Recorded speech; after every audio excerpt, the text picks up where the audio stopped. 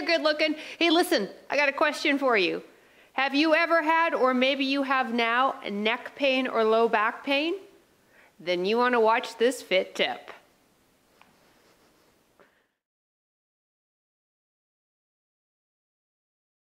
Hi there. Hey, I'm PJ from fitnesswithpj.com, and I help women over the age of 40 reclaim the tush of their 20s. So if that interests you, click that subscribe button. Now on this video, I'm actually going to chat about how you can reclaim the thoracic spine of your 20s. First off, what the heck is the thoracic spine? Well, you'll also hear it commonly referred to as the T-spine. So listen, our spine has three different sections to it. It has the cervical spine, which is our neck. Then it has the thoracic spine, which runs from our shoulders to about roughly where our waistband is on our pants, to our lower lumbar region. Now, each has its own curvature and posture, with the thoracic being the largest part of the spine. And when the thoracic spine is immobile, which can happen with age, inactivity, or maybe moving too much and not doing the proper amount of stretches and mobility drills, we can get locked up in that area. Now, two areas that can really get compromised with a tight thoracic spine is your neck and your low back. You see, the T-spine, thoracic spine, is supposed to be mobile, whereas your lumbar spine is supposed to be more stable. Unfortunately, when we're locked up in those areas, we can compromise and use our lower back or our neck more than we should, when we should really be using extension, rotation, and flexion in the T-spine. Now, I'm going to show you two tests. First, how to test your thoracic rotation, and then how to test your thoracic extension, and then two easy drills that you can implement into your regular weekly program. You ready? Well, I hope so. That's why you're here, isn't it? Okay, let's get going. All right, welcome to one of the doorways in my home. So you need a doorway for this particular test. So we're testing thoracic spine rotation. You're sitting cross-legged in your doorway. Where your ankles cross is where the center of your door frame is. Using a dowel or broomstick, cross your hands over top, and then make sure you got equal amount of stick on each side. Now bring your arms up, shoulder height, nice and tall on the spine. That part's important. You don't want to be rounding the lower lumbar, so really good posture.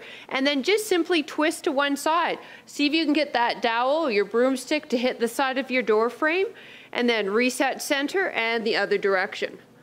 Now your body is going to tell you some amazing, wonderful things. For instance, that you're tighter on one side. That's quite normal. And if you can touch the door frame, then you have pretty good T-spine rotation. But that doesn't mean that we don't stop working on that, okay? And if you're unable to hit the door frame, then you definitely want to stick around for the end of the video where I will show you how you can improve that. Now let's go check out your T-spine extension. All right, to test your T-spine or thoracic spine extension, you need a wall. Now this is also going to test your shoulder range of motion. In fact, when you do a lot of these tests, it's hard not to separate the shoulder and the T-spine because they are so interconnected. You'll need a wall, as I said, and I want you to have your feet about 6 to 12 inches off the wall. From this position, you pull the abs in, and you're going to keep your low back just with a slight lift off the wall, but that's it. From there, we want to only move through the thoracic spine. One hand in front of the other, arms fairly straight, and lift both arms up and see if you can get the back of the hand to touch your wall and slowly release. Now, if you have a tight thoracic spine, what's going to happen as you do this? You're going to want to overarch your back because you're going to want to get the movement from your lower lumbar, which we don't want. We want to get it through the thoracic spine. So make sure you really set those abs in. Now, that is a tough drill. A lot of people won't get to the wall. Heck, I had to struggle to get to the wall. I need some work on my T-spine as well. But I want you to give it a try and see where you are. Now, let's get to the fun stuff and show you how you can fix both. Okay, for both of these drills, you do need a foam roller. If you don't own a foam roller, I've got a link down below that'll take you to a page on my website. It's called shopfitnesswithpj.com. That will list all of the tools that I use and where you can grab them on Amazon. So let's first start with T-spine extension, and we're also going to work rotation with this as well. So side lying, we want the top leg supported, resting on our foam roller. And now stack your hands, From here, slide the top arm forward and then circle it around the top of the head all the way. See if you can follow your hand with your gaze, and then back. Good. So slide forward. I had to get away from my wall a bit there. My hand was touching it. Good. Arm stays straight and back. So you'll go 6 to 8 of those and then open book. Slide forward, open the arm up, follow your hand with your gaze, back a hand hits the wall, could hit the wall, but hits the ground behind you, and back.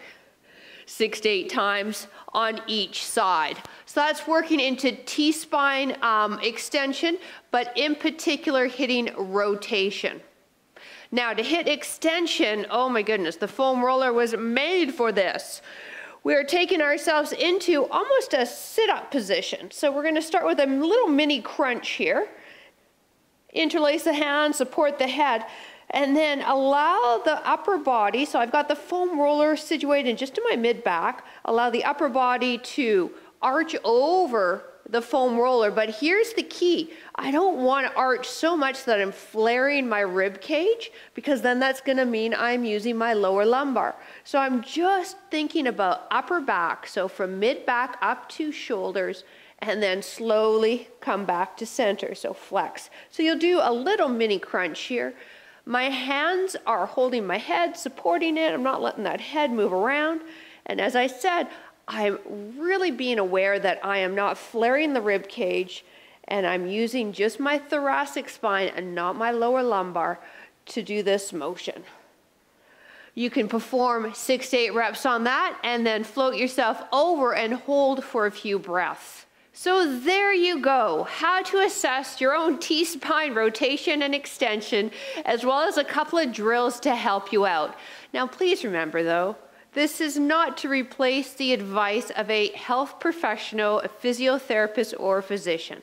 So if you do have pain in those areas, you need to go talk to those people. This is just to help give you some feedback to see where you're at and whether or not you do need to improve your mobility so that we can lift better and move better. Now, if you want more mobility drills specific for the over 40 body, I have just released a 5-video series that will lead you through mobility for thoracic spine, lower lumbar, flexibility for the hamstrings and the hips. It's a whole 5-video series. So I've put the information down below, so please go grab it. I put it at a price point that literally anyone can afford, because I want every person over the age of 40 focusing on their mobility and flexibility. So hey, listen, if you enjoyed this, I would appreciate a thumbs up and drop a comment below. I'd love to know how your T-spine mobility and extension is. Have yourself a great rest of your day, and we'll see you next video.